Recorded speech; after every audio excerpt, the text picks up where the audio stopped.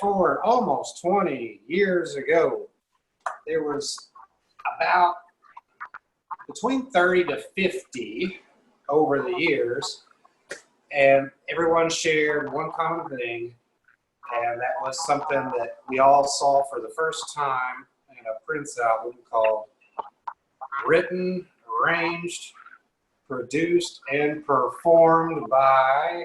Wow, it's like, oh, you can do all that yourself. You can be the whole thing. You can wear all those hats. And I think that's what drew most of us together in the beginning to put out material in that vein and to share with others. So that'll bring us to Lyle. I'm sorry, are we using our real names or our made-up names? Man, you could call me both. People know me as Joshua, and they know me. It's all good. You got it. Just easy. So, Joshua, tell me, what brought you to the New Funk Order? Stumbled on it completely by accident. Very cool. Completely by accident. Once again, I don't know if it was an article on the org or what was going on, but all I knew is that there was this offshoot community, and I, just kind of looking through it, and, just going, And then it really occurred to me, it's like, man, there's some talented people here. Right. And it's like, whoa, okay, all right. Well, let me invest in my time into what they're doing and just getting to know people. And getting to know all of you was just kind of like, okay, that's a revelation. That's like-minded people. I'm digging that. And it was just one of those things that everybody was so bold in what they were doing that I was like, okay, well, here's my little slice of the pie, if you will. We were all on Prince.org, talking, meeting each other, communicating, and it just grew from there. So it was like already a community of supportive, like-minded musicians, and wanting to express that and share that was, at the time, we were really kind of wanting to follow Prince's example, or kind of being anti-music industry in a way, right? We were like wanting to be independent and share music without the middleman, maybe. So directly to the fans, the way that Prince was doing. Was he doing it already? Yes. By that time, yeah. Mm-hmm. The MPG Music Club was, the best example of what we were also trying to do with our music, and it's just great to be back and see everybody again. On this thing in particular, I really don't remember Kelly, but I liked the website because it was sort of off the mainstream, and a lot of people had different insight about music in general, not necessarily Prince, but just music, and that's what kind of kept me going there. The Prince information was cool, but a lot of it wasn't real. And people would say things that I know aren't true because of my own experiences in that camp. But it was a cool site. I met some interesting people, and gained some knowledge, and gained a few tricks about software and whatever. I can't remember how I stumbled upon it though. And maybe I was looking for it. I don't know, but I really don't remember. It was so long ago. I don't remember how I got on that site. Right. But for me, Prince wasn't the first person to do that thing so far as my influences, that sort of thing, so far as playing all the instruments and producing them. So I was listening to music before they invented fire and the wheel. So I knew that Todd Rundgren was doing that. Stevie Wonder was also doing that. Yeah. So it's sort of interesting how I stumbled upon Prince to go back in the day, but that's, I've talked too much. Actually, bro, you were on point right there. You forgot Paul McCartney. That's another one. Yeah, Paul McCartney as well. Yeah, And but I Julie mean, Morrison. I forgot about him. in high Oh, school, we were like praising Todd for what he did. It's like Todd's the man. And the only thing is, except for Stevie Wonder and maybe Paul McCartney, nobody did it as well as Prince. You know, and I think at the time, and yes, I know, Prince wasn't probably the first, but he was definitely under the spotlight of what he was doing and just cutting out the distribution folks and the marketing folks and all that. It was just like from musician to worldwide. And it's like, it was such a no-brainer. Like, yeah, we should do that. We should totally do that. So the way I saw it, we had home musicians all over the world, those with home studios. And it was just like a no-brainer. Okay, let's just put up a website. We'll do these little compilation albums, and then ta-da, here's the music. And for those that don't know, over the years we put together 4 compilation albums. They had a lot of people from all over, and they were 3 independent albums, and that would have been Joshua, Jew, and a really cool person from Australia, Pilot Beacon. And that would have been Penelope Becker. And I just thought this was like the coolest thing ever. I love being able to, help create the platform, and then also do like album cover design. I just ate that. Just ate that up. Loved working, especially getting on the phone with you guys, talking to you for the first time. Getting your ideas, putting my ideas out there, and then it was just like, voila, we got this a really cool album. And I'm sure a lot of you guys feel the same way. I'm all about getting that vinyl record with something physical to hold in the liner notes, and to have the ability to do that as well. That was just it.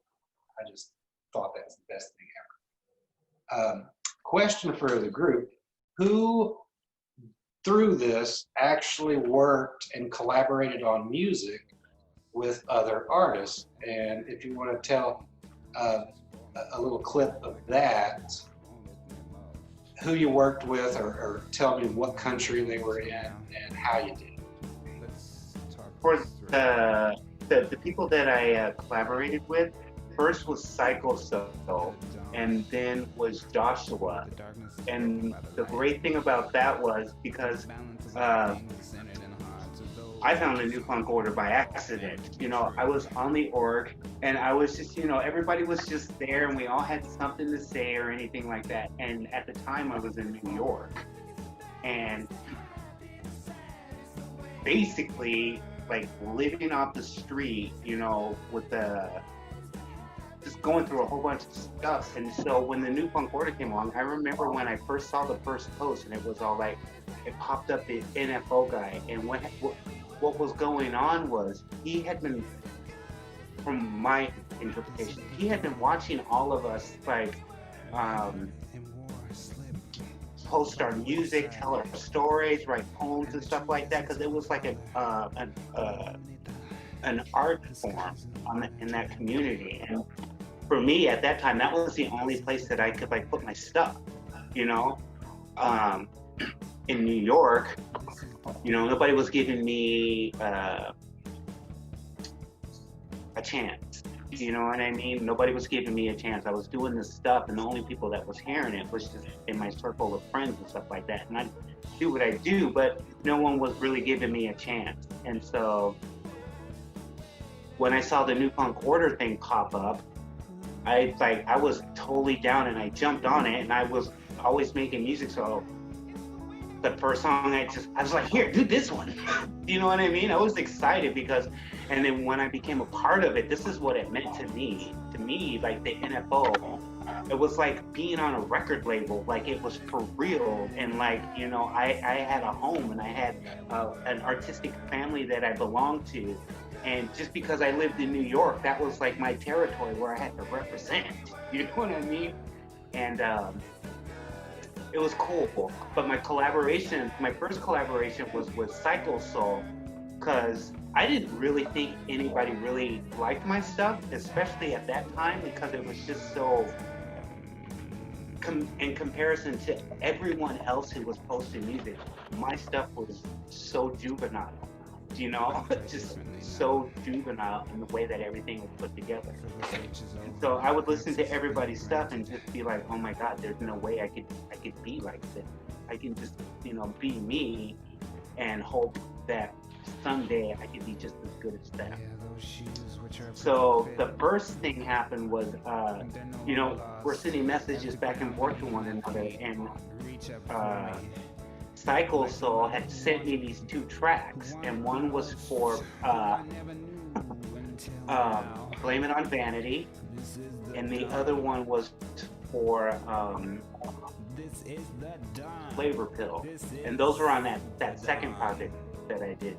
And how that happened was he would send me like complete mixes of stuff that was already done, and then I'd run into the studio. Oh, and that one time I collaborated with you too, Bina. Remember you sent that track and we all like did little parts on it? Yeah.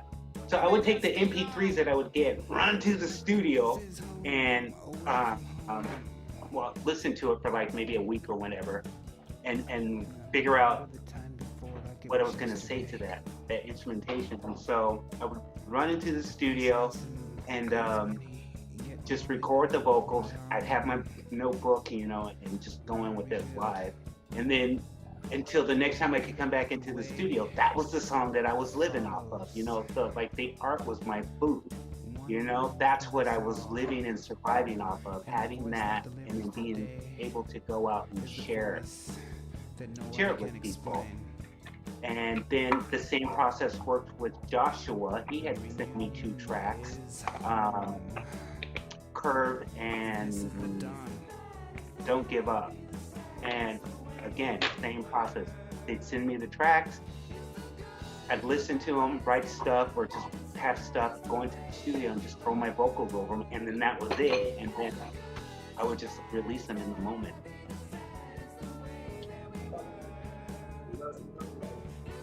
It was great. It was great because when they, let me tell you this, when you guys would send me your music, it was like my music was elevating. It was like getting so much. Man, I so enjoyed being part of that process. I just wanted to chime in and say that. I did. It was like Lenny Kravitz sent me over a track, you know what I mean? And this was the next hit record coming out of the New Funk Order. Right. To me, it was like, you know, like growing up, you have those dreams, like you see Prince and everybody, and they live in this world, right? And this world is just so fascinating.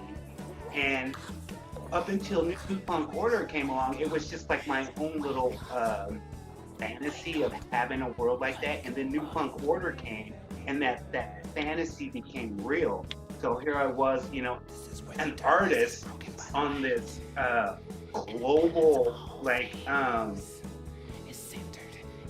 label, for lack of a better word, but global movement that we were all doing, and we all came in at the beginning. And to me, it was so exciting. Let me tell you something. It was so exciting. I'd be running around New York, New Funk Order, you know, and people were like, what is he talking about? You know, remember going on when we had that first release and then going to, what was it, Good Morning America? Good Morning and America. Standing, I'm looking for the camera. Which one's going to be live? Having that large poster that said newfunkorder.com. Yes. To me, it was like I was on a mission.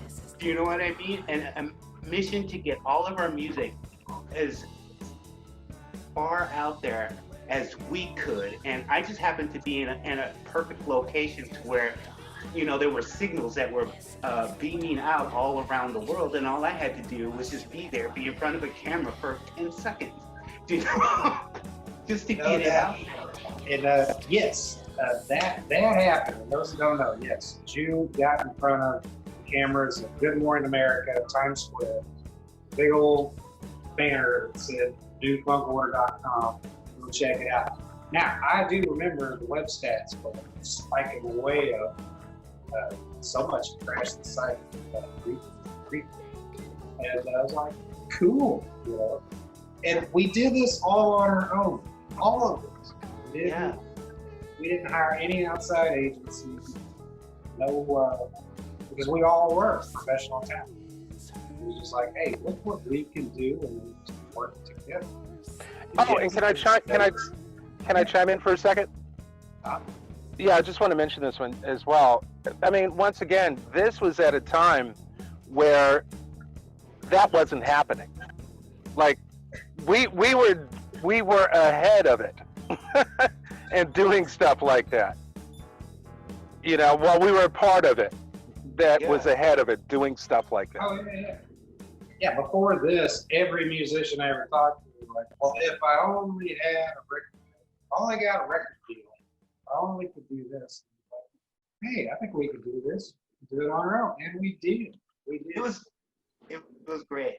We got to record we got to record our own music. We could like express ourselves in any kind of way. And the great thing about it was we owned our own music. Like we could do whatever we wanted with it. And I don't know, it gave me something to believe in that was real. Do you know what I mean? Because as much as I love Prince and everything, that was like a world that I hadn't crossed over into yet. Do you know what I mean? So it was still like a dream. So it was the New Funk Order was something that I could believe in that was real, you know, whereas believing in something that was a dream. Does that make sense? Absolutely. Yeah. Here's something tangible of putting it in your hands. Work. Yeah. And I was a part of something. Oh, one more thing, just for me. Can I say this one real quick? Yeah. Okay, so we're talking like Eastern time zone, Central time zone, Western time zone, and that's just the States. We're not talking about London, which was also a part of it, and we're not talking about Australia, which was also a part of it. Yeah. My track on the first album has some beats by Jason Dotson, who I think was kind of one of the first. He's got a track on the album too. And you know, I had the whole song written, and I had my own beats on it that I kind of made up, but the beats are not my forte. So I would like to find producers who could write good beats and do the fills and everything, and like drummer, because I don't do that. So I ended up asking him to do a remix, so to speak, because he just took most of my percussion out, all my drum beats, put his own beats on it, and made it better. So that was that. And I seem to always end up doing vocals for people on different tracks for different reasons. I felt like a bee pollinating into flowers. There you go. That's a good you know, because it was like people, I like to harmonize, and it was mostly guys in the group, so they always needed like a female vocal harmony or something. And I was always mostly around. There was a few other girls on the board, and a few other girls that did tracks for the CDs. But I was like there all the time, so kind of always available. And the other track with Bumper was kind of like a Vanity Six, nasty girl kind of funk, provocative track that I did for fun and used a different name to make it kind of like a tongue-in-cheek, you know, alter ego kind of thing. Like I'm not always like this, except when I am. I was listening to it today, and I was like, I played it for my boyfriend. He was like, this is cool. I was like, let's turn down the end a little bit, you know. yeah. It's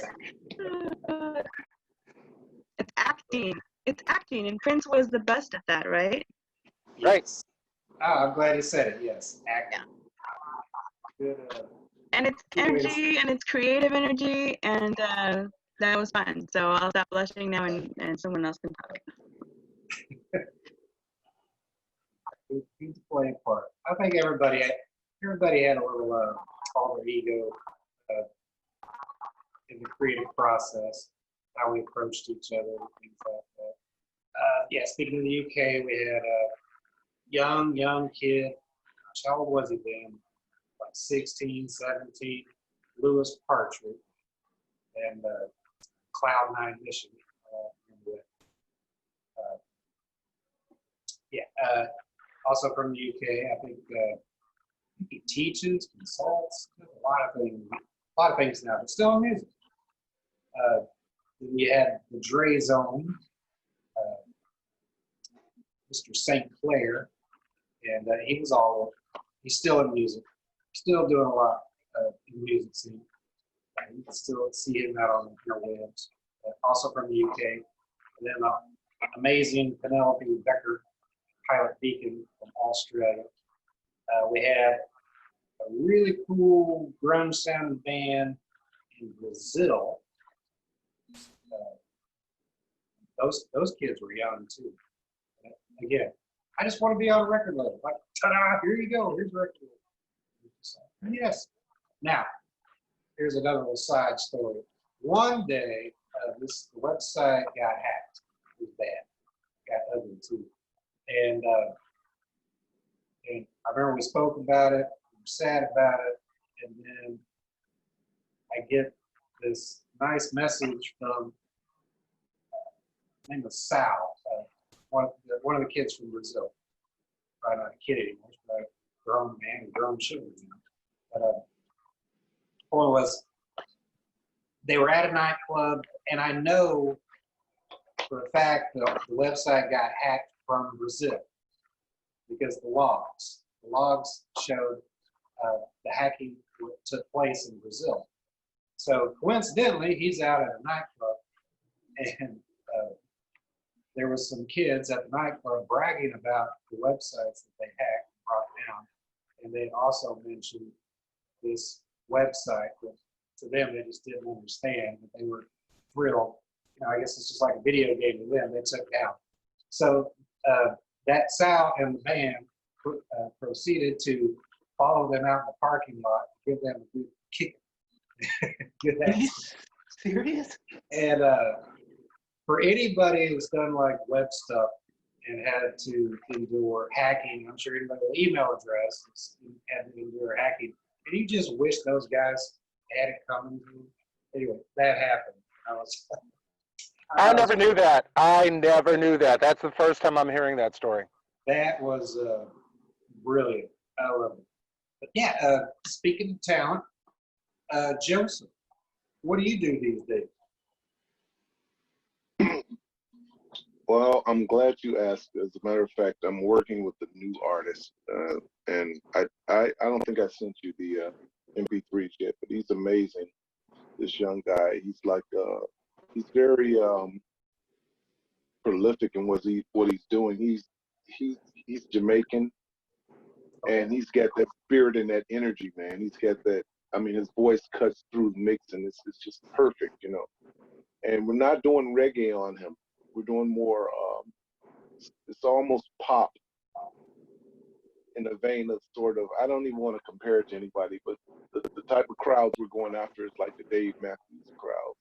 Oh yeah. And yeah, we're doing that, and I'm still writing, and I'm doing my thing, But he's sort of inspired me because he's sort of in the same vein I am, the sort of quasi-political, message type music, and I love what he does. I mean, he's a pure songwriter, and he's a pure singer because his voice is real raw, and I love it. So, and again, I don't want to compare him to anybody. I'll just let you hear and see what you think. I would absolutely love to. Yeah. Other than that, like I said, I'm still writing and recording and getting this next project together, hopefully to put it on the road when this stuff sort of goes away. Hey, At least I can plan, I'm still listening to the 14 tracks you sent me earlier in the week. And I'm Oh, cool. I don't want to overwhelm you, man. That's what, when you say send it, it's like, I don't know when to stop, so I appreciate, you taking them in. So, cool. I'm eating it up. Back then, it was kind of like, here's a nice platform for voices to be heard. Okay? Follow me so far? That was a big attraction for everyone. Just to have your voice heard on a larger platform. Then came the Facebook and the Twitter and the TikTok and YouTube, you name it. Now there's a platform for everybody. Yeah. In some ways, I feel voices kind of get drowned out by now there's millions of voices that we're listening to every day. And we all have it right in our pocket. We can listen to it. Yeah, if I can interrupt you, Kelly. Yeah, please. If I can cut you for a minute. That's another thing that was unique about the org and the New Funk Order. It was sort of like I said, it was off Main Street, but you knew where to go to find it. And also, I'm listening to some of the other guests speaking. They were able to, like you say, express themselves and have people hear them that would never otherwise even known they existed. Now, you don't know when you write a song, you don't know what influence it may have on somebody. Somebody may be thinking about, God forbid, committing suicide or going to hurt somebody. You don't know what your art can do for somebody. So, I think it was a great platform to just, like you say, to be heard and to connect people, not in the 6 square blocks that you live in, but across the world. And I guess, I don't even want to use the word market, but I guess that type of forum has been oversaturated now because everybody has something to do. I won't even say. They have something to do. And it's not necessarily enlightening or inspiring, So, well, talk about it, brother. Come on with it. Come on with it. Yeah. I know you know. Yeah, Come on. Well, I mean, my mantra used to be there's room enough for everybody. And I still believe that to an extent. But when you start oversaturating the listening environment with just one constant frequency, I'll say, it gets fatiguing. So. Oh yeah. And I'll rest on that. Nah, you shouldn't. No, so yeah, that is kind of the point. In that we got this platform, we organized as collective, just collective energies, collective artistic merits, and we were able to work together and make this thing. We were able to, as a group, drive something. That makes sense, right? I feel that is lost today with all the platforms out there. Everybody's the driver, but nobody's going anywhere. Yeah. So the thought, and I was trying to find a way to formulate this, or articulate this segue in that. So we all found like a little purpose back then. I can speak for myself in that, I didn't feel I could really sing. I could play a little bit of a lot of things, but I found a niche in the putting things together. So, I mean, I can thank my entire career off of that at that period of time. There were other things I was involved with, but it was that hands-on process, taking this guy and this guy and this lady and this, and then putting it together. And and some people call that production or a producer, things like that. I never would have discovered if it wasn't for the New Funk Order and how we did it back then. So that's why it's important to me. I also wanted to kind of throw out there that helped me grow professionally. I'll say that. Not just that, I was also the street painting festival, being very involved with that. Anybody who's known me, I've told you all about that. That we get 100,000 people in a weekend, things like that. That's a huge thing. It's not a little thing. I think the thing that we created was not a little thing. We got worldwide attention. And I thought that was an amazing thing to do. For me, yeah. I wouldn't say it's like for music, like because once I went through that whole journey, I found myself working now in like film, TV, photography. So like I guess it's been 10 years since I've been in Minneapolis, and I literally came to Minneapolis to go to school for filmmaking. And so that experience that I had with New Funk Order, in a way, because it was such a collaborative effort, like working with other artists, and then meeting with you, giving you all the stuff that we needed to put, it helped me to develop working, especially with film, because film is such a collaborative process. It helped me to understand how to work with other people. You know what I mean?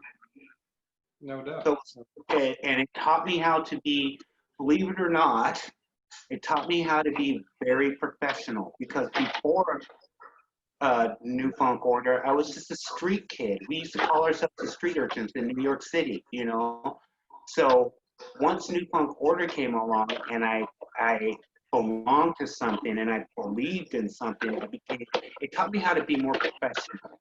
You know what I mean? I still had that street kid attitude to me, but it taught me how to be more professional and how to present my work.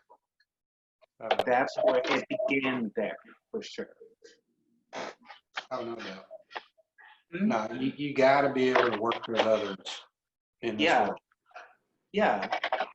And let's put it this way. For me, like working with others, it gave me the confidence to work with others, because before, I don't want to say shy, but I was just very introverted, and whenever I was involved with other people, I was always the guy who was always in the back who had nothing to say. He was just watching everything. So New Funk Order helped me. It planted the seed of confidence in me that, hey, wait, I can do this. And if I just keep nurturing it and keep giving it life, it will grow, So that helped me grow into who I am today. I ain't saying I'm any saner or anything like that, but it helped me. My roots are way deep in the ground now. Do you know what I mean? Does that make any sense? Yeah, Yep. Yeah, absolutely. Yep. Well rooted, and that helped. New Funk Order helped in that. It helped with my confidence. There's one thing that I'd like to mention, if it's okay. Yeah. The thing about, and okay, Joseph is on the line. Man, okay, now that I know your history, I knew your history, but I didn't know it. It makes sense that your music sounds the way it does. If that makes any sense, from what you did and what you're currently doing. But that's a flavor, and your flavor is your own unique kind of taste to everything, rather. Like Vina has a taste as well, which is her own unique flavor. Jew has a taste. I know I have my own flavor as well. And what to me was, or still is, the most fascinating thing about being in that spot at that particular point and just kind of communicating the way we did, or the way we are right now, is that we're all unique and we're not homogenized to each other. In other words, we have a different spice to give to each other. or we have a different way of just talking to each other, which is really cool to me, which you would not find on a regular label. It doesn't work that way. It used to And work without, that way. yeah, well, hey, how about that? But without marketing strategies and individuals just expressing their freedom, it's a thing where it's an outlet, or it has been an outlet, and it still is. And it's one of those things where, what as a collective that we've kind of been a part of and still are a part of, it's one of those things where we can go anywhere we want to go to this day if we want to, and we still have the outlet. And to me, it's been a great learning device. Yeah, I agree. When I've been writing music a long time, but the thing is, I never had I could make it's like if you look through a camera and you don't adjust the lens, it's sort of blurry, you know. I get it. So when I had to learn how to adjust that lens so that the picture was clearer, you know, and focused, more focused. One of my, I guess, what accelerated me was working with, I don't know if you know this guy, Tony Lamont. Bro, we all know who he is. Okay, so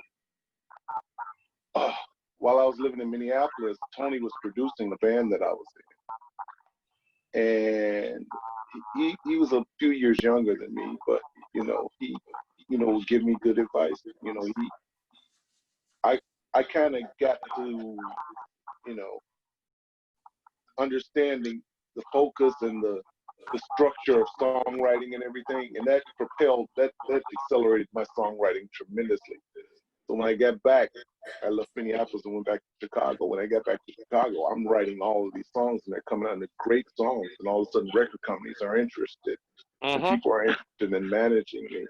And then I even get a call from New York from this guy that wants to manage me, that was working with a record company at the time. He said, "Man, you remind me of a friend of mine." I'm saying, "Who?" He said, "It's this guy named Tony Lamont." I said, "Dude, I just left him." Exactly. So, yeah. So yeah, I mean, but if you do my influences, I think I'm more of an amalgam of several things, because I mean, I was into Gentle Giant, I was into Jethro Tull, I was into Genesis, and I don't mean the pop groups. I'm a musician, so never let anybody tell you that they're writing songs because they're cool. Musicians write songs to impress other musicians, and Amen. they do little subtle things. They do things to say that somebody's gonna take notice. You know what I'm saying? Prince did the same thing. If you listen to Prince's first album, he definitely was going after musicians. Until he learned to focus that lens and just make a great pop song, and then get in concert and act a fool. And that's the idea. So I credit a lot of my what I am today to Tony, because he was a good friend and he was a good teacher as well. So. By the way, bro, hey Kelly, give him my number if you can. I was in the Charlottesville scene when Dave Matthews blew up, man. Oh, cool. Yeah, we can talk offline. But please, the moderator has something to say.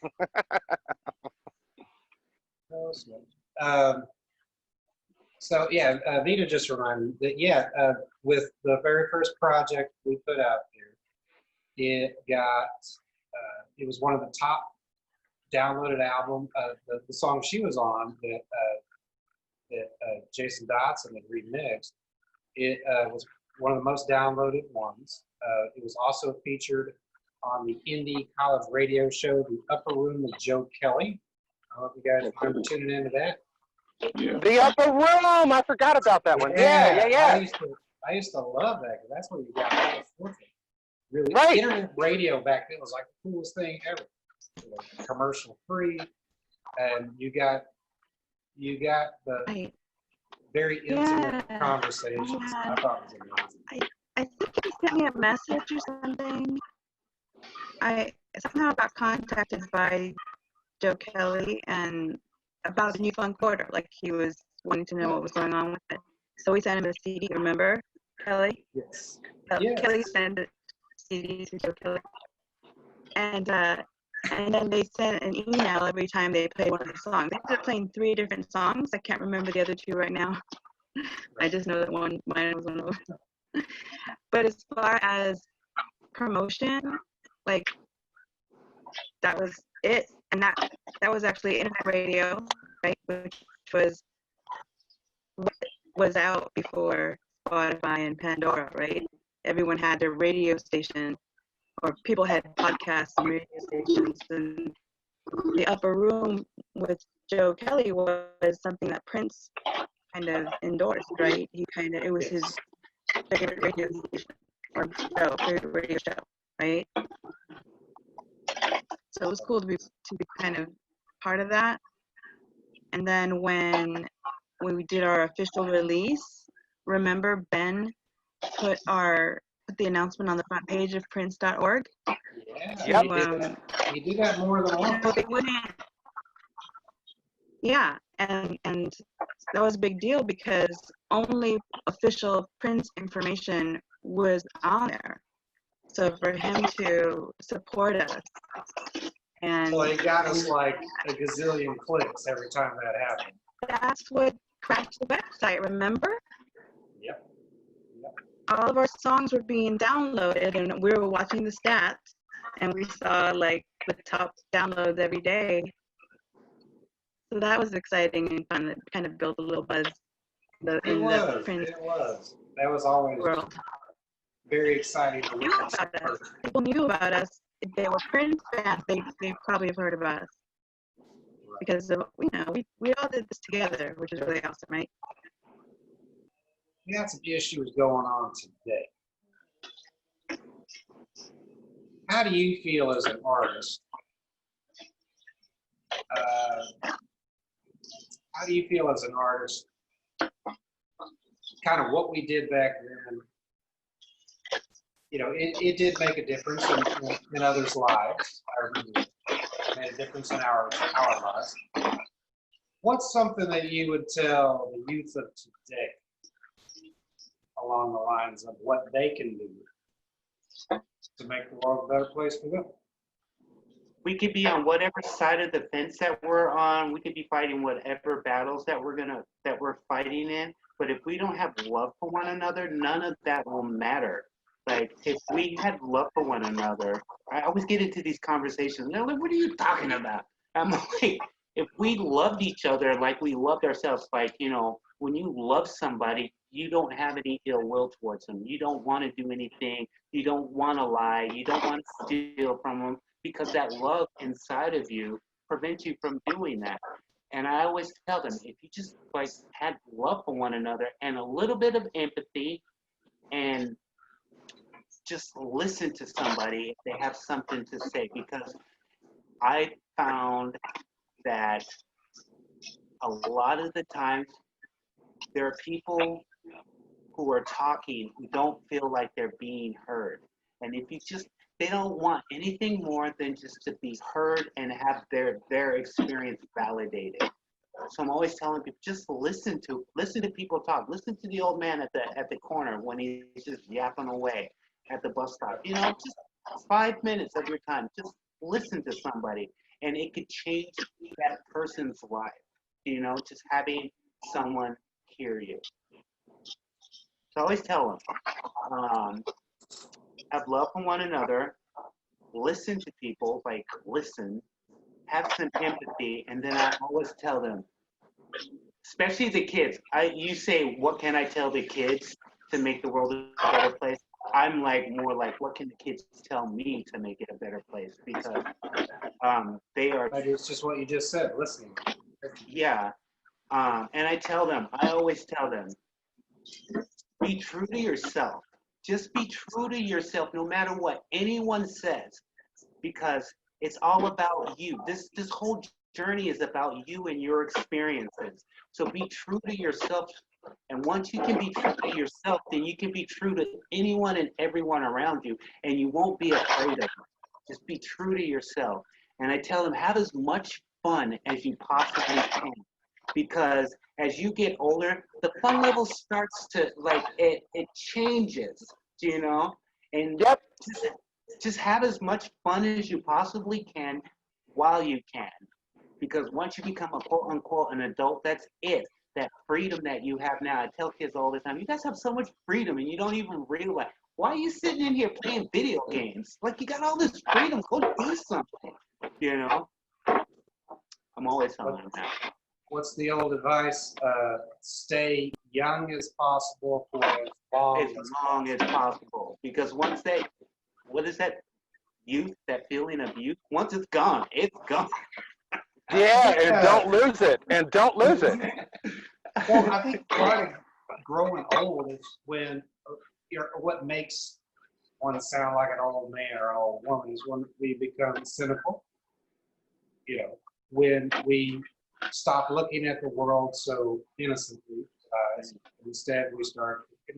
It's just natural. You get burned, you get lied to, you get stolen from. You got your guard up. You look at the world in a different way. You look at it as a dangerous place and not a place of wonder and adventure and infinite possibilities.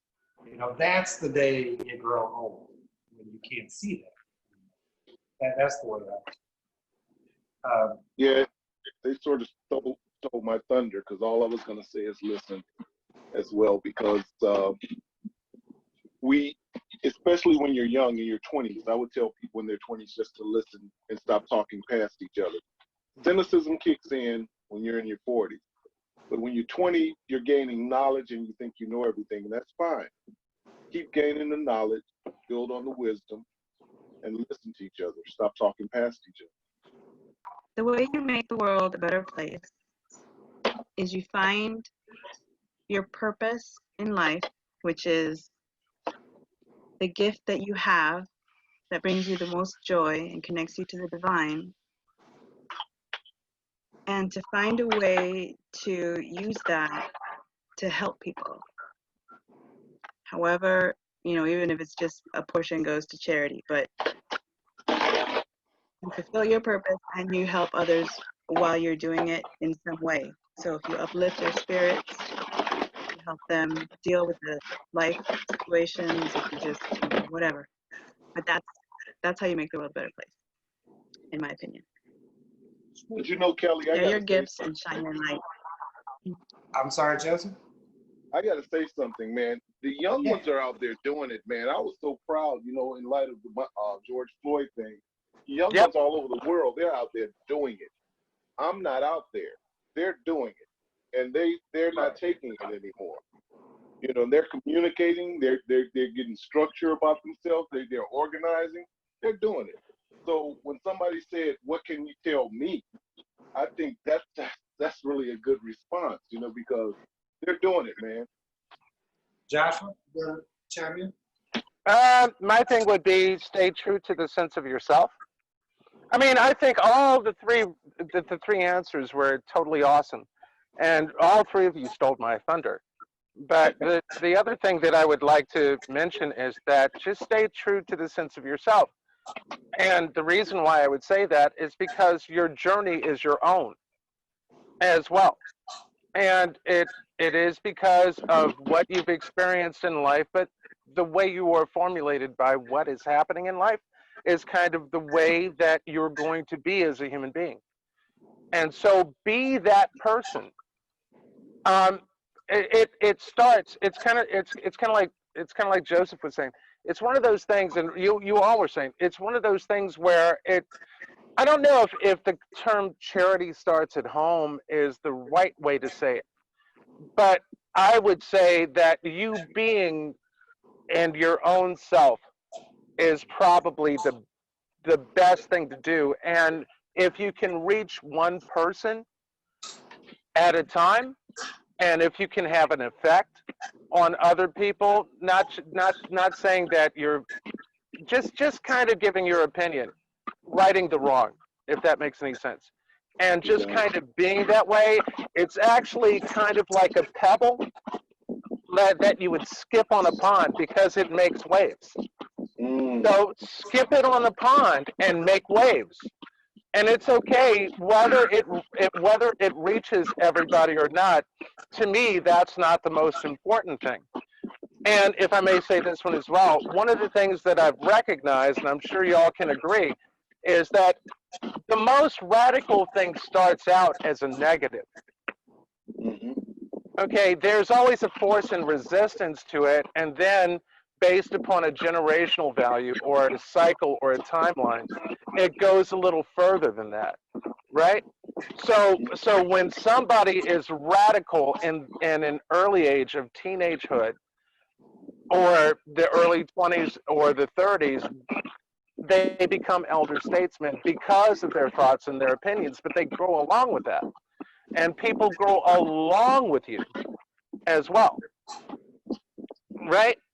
And so for me, the best expression about being an artist or being a person who can communicate with other people is just to stay true to yourself. Live your life and let your life be a shining example for everyone else as you live your life. See what I'm saying? And there are positives and negatives to that. If you're a positive person, then there are going to be people who benefit from you. If you're a negative person, there will be people who follow you into the grave. I choose not to have that in my life. I choose to enlighten Mm. and use myself as an example for others who can use other people for an example. And I'll hang back and I'll shut up. Kelly, back to you. No, thank you. That was awesome. I know, as fellow artists, musicians, it was a silly movie back then, but I love the premises. Remember Bill and Ted's Excellent Adventure? Yeah. Okay, so basically they wrote this song somewhere in the future that saved all of humanity. So that was the premises of that. We never hear the song. We never, you know what I'm talking about? No, yeah. Here's Well, it's the premise for the next movie, but go ahead. Oh, yeah, right, you're right. So we never hear the song, but we know like there was this song, right? It just changed the world. And I think every musician, every artist has always been in that moment where like, oh, this, they either heard it or they created it. They made something that has this effect on both themselves and others. And that was something I always enjoyed working with you guys.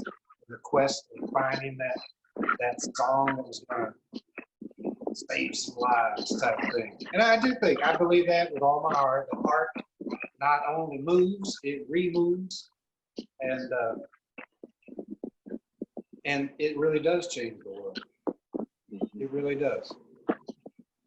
And I think we do kind of grow, as we grow older, we do get a little complacent. I think that's just a bunch of hippy-dippy talk, but I don't think that's true because we were all there once.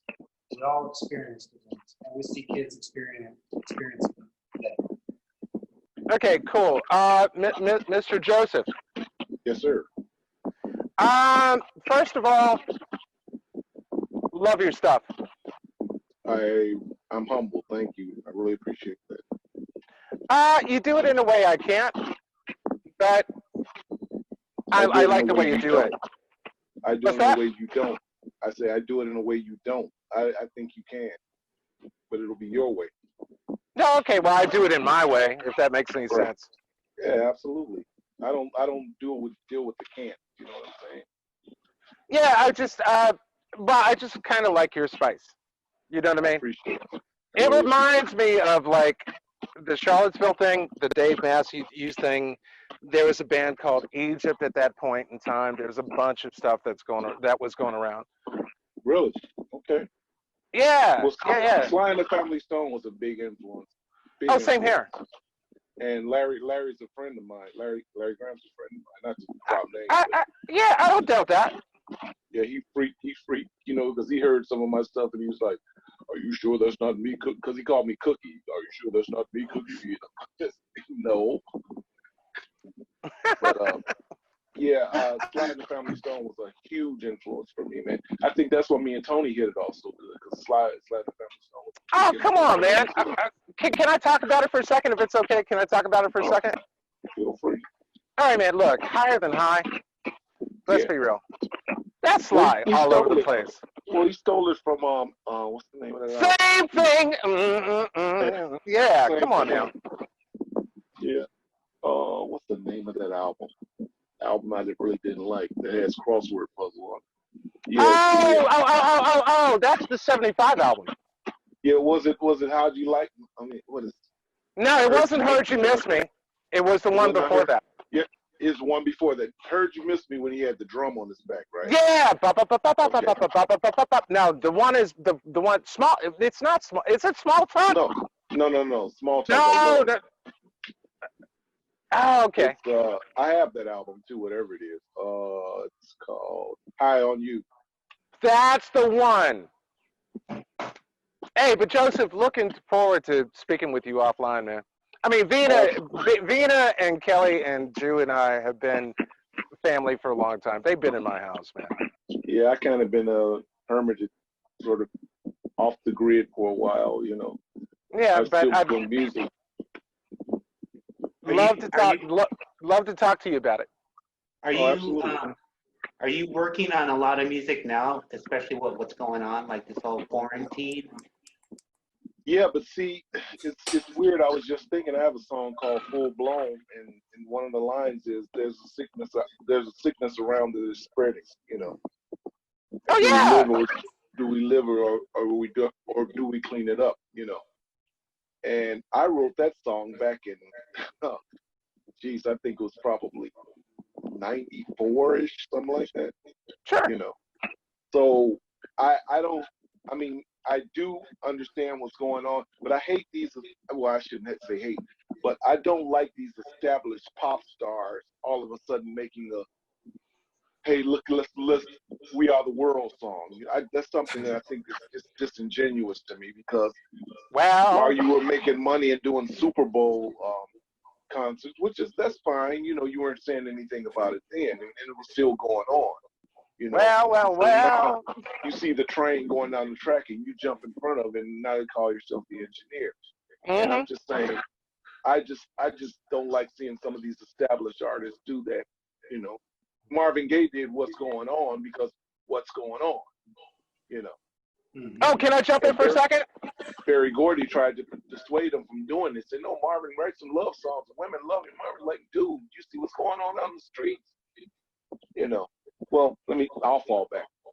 No. I want to say something to you, Joseph, because you know, when Marvin went, what's going on? Sly went, there's this riot going on. Yeah. Okay. You know. Answer and response. You see what I'm saying? Right. And Sly's always been on it, though. Sly has always been on it. I think that's what influences me about. That's one of the influences that drew me to him. That's one of the things that drew me to him. He's such an integral part of my writing or everything. It just is what it is, you know. Hey, and he's always been like that, you know. Oh, yeah. Hey, can I ask you a question based off of what you said that you that you don't like when these pop singers are all of a sudden jumping on the bandwagon? Here's my question for you. How do you, as an artist, communicate what you're experiencing in this whole situation without without being one of those people who are just taking advantage of the situation? Do you know what I mean? Who are just hopping on that. I know exactly what you mean. So how do you, because I just recently started recording again, and being here in Minneapolis, it's like I just got like all of this stuff going on, and music was the only way that I can get it out. But at the same time, I'm making a very conscious decision not to be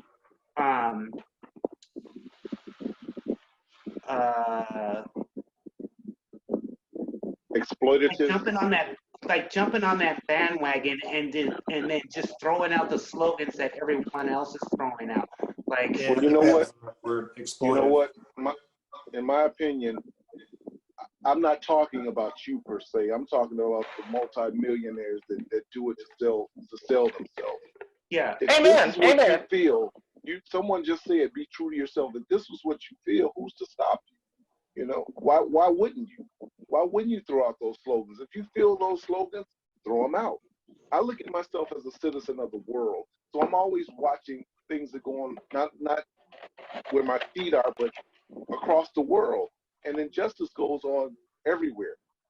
So what I'm saying to you is, if you're feeling this, you live in Minneapolis. That happened in my old neighborhood with George Floyd. That was my old neighborhood. Yeah. If you feel that, why shouldn't you say it? You know, if you got something to say, as long as you're being true to yourself, that's fine with me. Say it in your own way, right? Yeah. Well, whatever you do, however you feel it. I said I don't like what I see as disingenuous of all these super concerts on a Saturday on MSNBC of all these people singing "We Are the World." It's like the world was still screwed up before this happened. You know, Rage Against the Machine, they think about it all the time, not just when it's on front page. You know what I mean? Yep. That's truth. So if you're feeling that, nobody can tell you not to say the slogan. If you want to say the slogan, say whatever you feel. If it's genuine, who am I to, to criticize you? I just, like, when I'm writing and stuff like that, there's a part of me that's saying, it's like this. Everybody is like right now on one thing, right? And I see a lot of people kind of like exploiting what's going on today to benefit whatever they got going on, right? And I'm consciously not trying to exploit what's happening today just so I can have a new song. Do you know what I mean? Yeah, but see, then it's contrived. It's not from the heart. Exactly. Do what you feel, regardless of who thinks what. If it's from the heart, I mean, who can question it? You know, you don't have to prove anything to anybody, man. The song is there. All you have to do is listen. Yeah. Exactly. Yes. Listen. Go ahead, man. Here's my thing, Joseph, dude, I mean, Kelly knows this. Dude, I got a rock opera. Kelly knows this. All right? But what black guy does a rock opera? You know what I mean? Okay.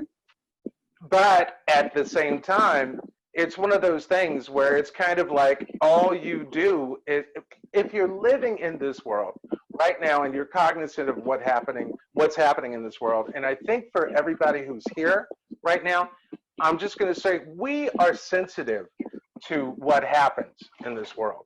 This is Joshua talking, right? Mm-hmm. Or Lyle, or whatever. And because we are that way, we can kind of see what's going on. And the thing for me about it is, look, man, let's just continue. It's kind of like you were saying, man. Let's just continue to make it what it is. And if you have something to say, say it. And if you're going to speak out boldly. Be about it. I wouldn't overthink it. You know. Yeah, don't. Just say it. Stop thinking and start being. Yep. I mean, that's the way I look at it. I'm not trying to tell you what to do by any means. I'm just saying the way I look at things, whatever I feel, I be. I don't think about it, you know. And folks will catch up to hundreds of songs to prove it. So yeah, exactly. And folks will catch up to you. Hey, I like that. It's true though. I mean, honestly, if Prince were alive today, or if Prince hadn't made his transition and were with us today, you don't think Prince would write a tune or an album, or even throw concerts, talking about this thing, and you know it wouldn't be exploited. You know it would be from the heart. This is in his backyard. This is in his front yard. This is in his home. You know what I mean? You don't think he would, you know, you don't think the slogans wouldn't be in his songs, but you would know that they were sincere. Yeah. Hey, walk it like you talk it. You know what I mean? Yeah. Walk it like you talk it. I mean, you're there in Minneapolis. Who's to say? Who's to tell you what not to say about how you feel about your experience? Nobody can write your experience for you. That's one thing. That's been the problem all along. People trying to write certain people's experiences. Nugget. Did everybody just hear, who's listening or who's going to watch it? Did everybody just hear that? Nugget. I'm reminded of that Bible verse. You can have all the wisdom, you can have all the knowledge, you can know all the scriptures, but if you're not delivering it with love, you're just making noise. You're like a clanging cymbal, tinkering of brass. It's just noise. Yeah, man. But on topic, I really dig what you did. You guys did. It's and bringing the community together. Whoever wants to get in, and I dug that, man. It was such a again off the beaten path thing, and I really admire, because again you're bringing your art to people who you never would have come in contact with, ever. Somebody in Indonesia may be grooving to something that one of us did, and that's cool, man. Absolutely.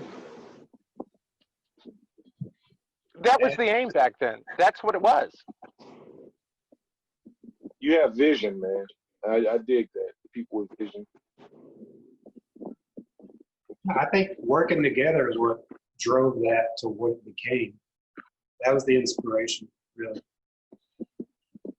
But like you said, it wasn't just musicians. It was artists. It was poets. It was doctors. It was scientists. It was a talent pool, an overwhelming talent pool. And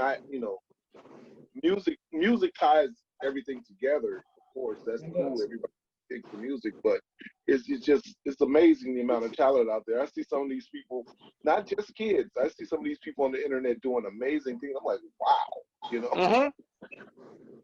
It reminds me of the fact that was the thing that was unique about the New Punk Order. It was about art. Whereas if you have Facebook now, it's like, oh yeah, we have that group. Go to this group on Facebook or go to that group. This just focused on art. It was just primarily art in any form, and that's what was really unique about that, and still can be. Yeah. Go further, bro. Well, I mean, because these things start out as ideas, and all of a sudden this behemoth called Facebook or Instagram or whatever, or Twitter, you know what I'm saying? And they start out as ideas, hey, let's just connect, and but what we had was primarily art and inspiration and art and inspiration and art. No matter what you did, there was a place for you. We didn't talk about, hey, did you see that? Did you see the lady at Walmart that had on the diaper? And, it was like, no, this is about art. Yeah. I'd rather hear about how much this equipment costs or what do I need to tame this sound rather than, all of this, the noise, filtering the out white the noise or the pink noise. Yeah. Yeah, your social media channels do not filter noise. Yeah, see, that's you really couldn't describe that as a social media channel. It was a format of about art, and it was Art. cool, man. Right. Yeah, art for the sake of art. Yeah, for the What I sake was of going art, back- not the sake of scandal or titillation or Yeah. What I was getting at, I was going back to the beginning where it was like, here was a platform we created. But what happened is social media grew bigger and bigger. Yeah. What we've lost in that is what we found something here. We found something in the New Punk Order, but we lost it with social media. I don't think you can really recreate it in social media because of the lack of filter. Yeah. Okay, but can we be an art resource? Yeah, absolutely. I think there's experts on the screen now, and there's a ton more. I mean, our life experiences have been incredible since when we started. Can I get an amen? I'm definitely not. Oh yeah, absolutely, amen. I mean, if you look at these stars, all these. I don't want to name names because that'll seem like I'm picking them. But there's No, several no, no, stars no. We're out there. good. We're good. Go ahead, talk. We're good. There's We're good. there's several people out there who are famous. All of a sudden, they're on the internet in their living rooms playing their guitars for people now, right? And these people have been doing this all along and collaborating all along, you know. But now it's the thing to do because of COVID. You know, everybody still wants to be relevant, so they're out there. It's like, dude, come on, man. If you could throw a concert, you wouldn't be out here in your living room with the rest of your band doing these big concerts, saying, hey, come look at me, you know. If you could Right. go out there and tour as you, but that's what I'm saying. It almost takes away from the people who didn't have the resources, and they would do that anyway, be in their living room or garage or basement with their friends, and you know the different boxes from all over the world, and playing a song, you know. But now the needy, I should say, they want to be seen like that now, you know. But time the arenas and the sheds open back up. Watch how many people do these free concerts online then. True. Mm-hmm. It's true. So, I mean, and that would be cool if they did. And you would even say, hey man, I want to see that person live. You know, I want to experience that in a club setting or a shed or an arena. You know, I want to see that. But they won't. You know. Well, I mean, Steve Vai's giving guitar lessons now. It's like, well, where were you 17 years ago? You know. right. And my thing is, and I'm just going to say this. Sorry to jump into you for a second, but please ride with me. My thing is, it's kind of like, okay, so now this is what it is, right? Now it's a paradigm shift. Now we're living in a new kind of thing. Okay, but that was happening, right? And we were happening with it before all of that stuff. And so, okay, you know, it's kind of like how do you want to navigate, you know, or how, right? Because I'm sure that there are things that we can do together, and the way that we can do them, and it's okay. But our heart is sincere, if that makes any sense. Exactly. It makes perfect sense. It makes perfect sense. That's exactly what I was trying to say. But yeah, that's it. You know, if everything comes along with it, cool. You know, but I'm not looking for that. Yeah. Never been. See, the thing is, the people that were doing this before, like, and I'll keep focusing on this, like the living room playing, you know, with other people from across the country or the world. Right. The reason they were doing it is because that's all they had. You know what I mean? Right. They didn't have the tour support and all this money to go out and do these things and go out and make more money. They were doing it because it's like, you know, if I got a string and a can, I'm gonna make a guitar. If you give me a stick, you know, and I'm gonna make some music. You know, when the electricity goes out, I will still be able to play music and it will Right. go out. But these people, they have the resources, they have the home, but they want to come to you and they say, hey, I'm regular. I'm just like you. Look, I don't have any makeup. Hey, look, here's me and my friend here that you couldn't touch at the concert when you tried to get his autograph. He's a nice guy. You know, it's like, no, you know. Yeah. Now, I was able to catch a lot of really cool, very intimate living room concerts. Mm-hmm. There's a cat by the name of Mike Ferris, and he puts them on twice a week. Oh yeah, Mike Ferris. I know him. Yeah, that was Follow for Now. Okay, got it. Sundays is all gospel, but Wednesdays is all rock. You know, so you know, he has two very different audiences, and both, but talk about soul, man. Like really strong. Do you know Kelly Kelly? Strong performances. What's that? Do you know Kelly Kelly? Oh, that's familiar. He's a friend of mine in New York. He used to play in Alexander O'Neal band as well, but he used to live in Minneapolis. He's in New York now. Well, he puts on one every Saturday at 8 o'clock.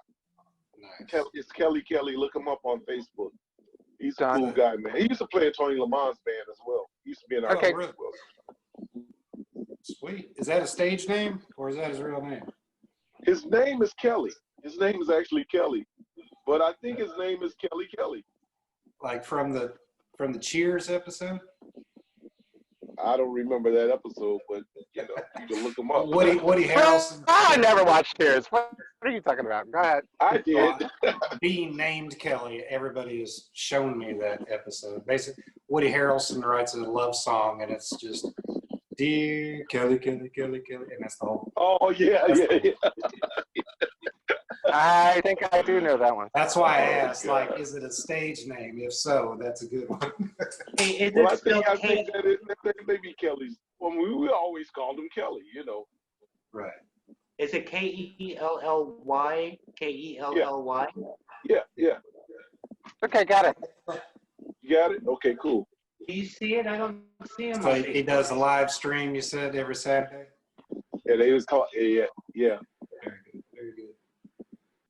Kelly, don't take this the wrong way, man, because I hate when people say I look like somebody, man. But every time your face comes up, okay, who does he look like me? And please don't be offended.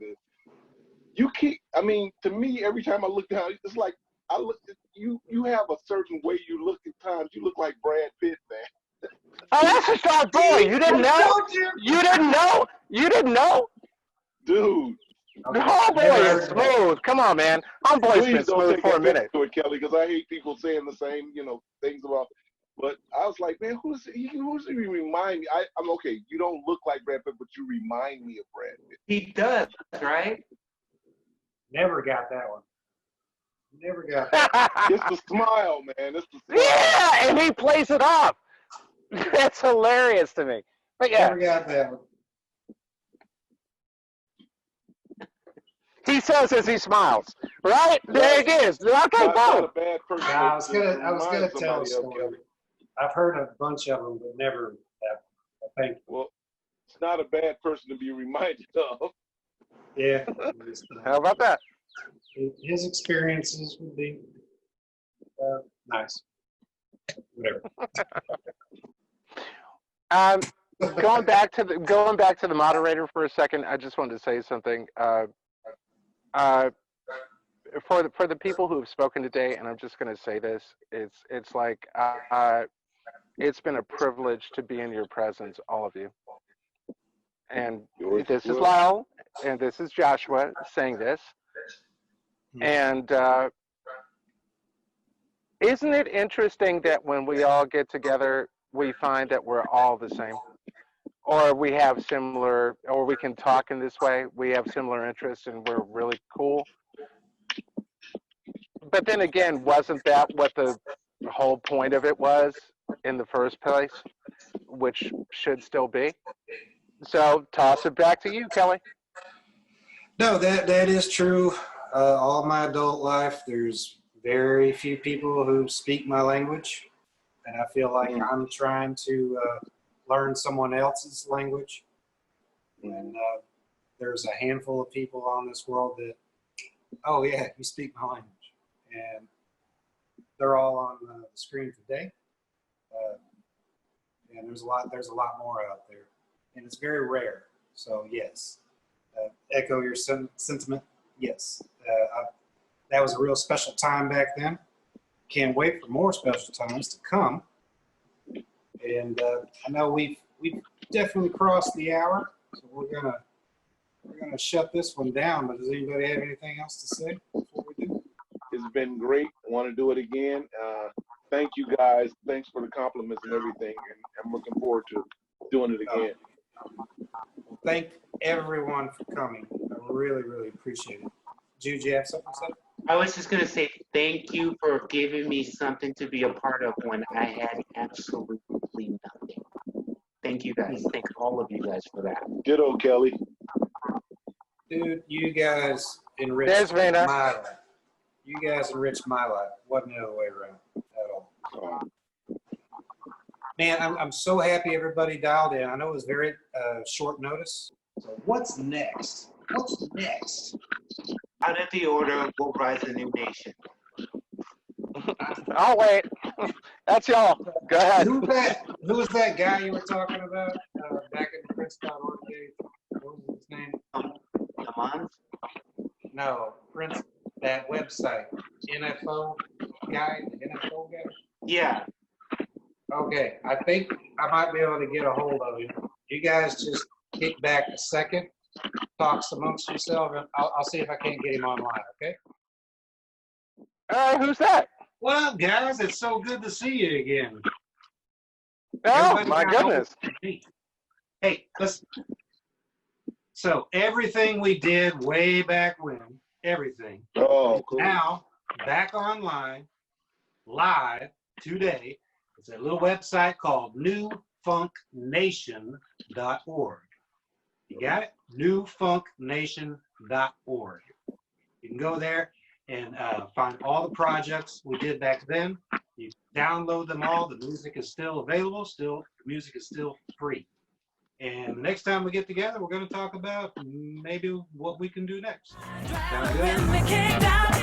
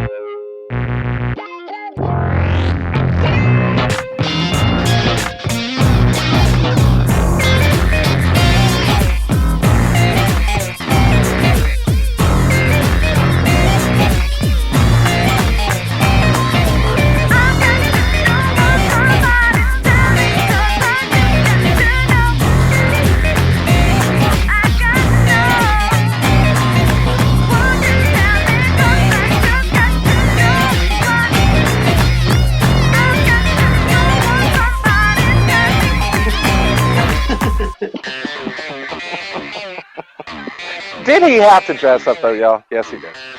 Yeah, he did. Of course he did.